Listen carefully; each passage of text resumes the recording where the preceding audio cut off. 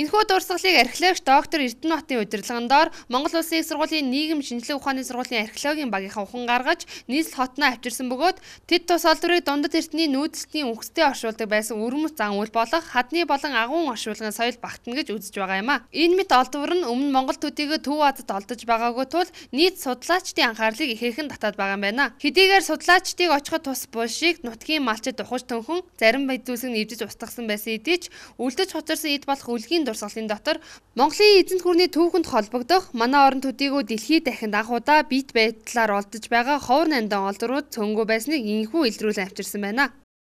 За энд бол Баян-Хонгор аймгийн Баян өндөр сумын засаг дарга болон ард иргэдээс манай сургуульд албан хүсэлт ирүүлсэн.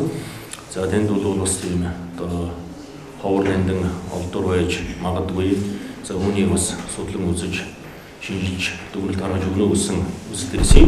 За ингээд энэ хүсэлтийг бид хүлээн авч өөрсдийн мэргэжлийн багаан археологийн техникийн эрхлэгч профессор археологч Эрдэнэтбатаар ахлуулад ажлын багийг илгээсэн. За ингээд тэнд ажиллах явцдаа бол манай баг бол Монгол төдийгүй дэлхийн өв соёлд их чухал ийм олдврыг нээн оллоо.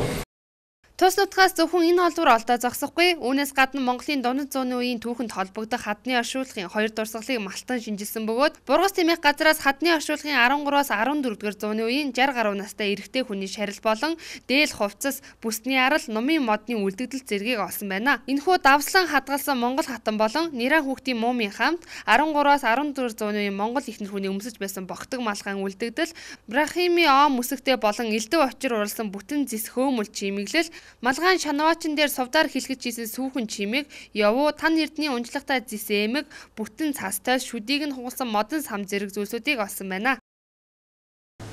За ингээд манай сургуулиас энэ асуудлыг яаралтай шийдэж судалгааны багийг томлон ажиллуулж бид 4 сарын 11-ээс 18-ны хооронд 7 хоногийн хугацаатай ажиллаж ирлээ.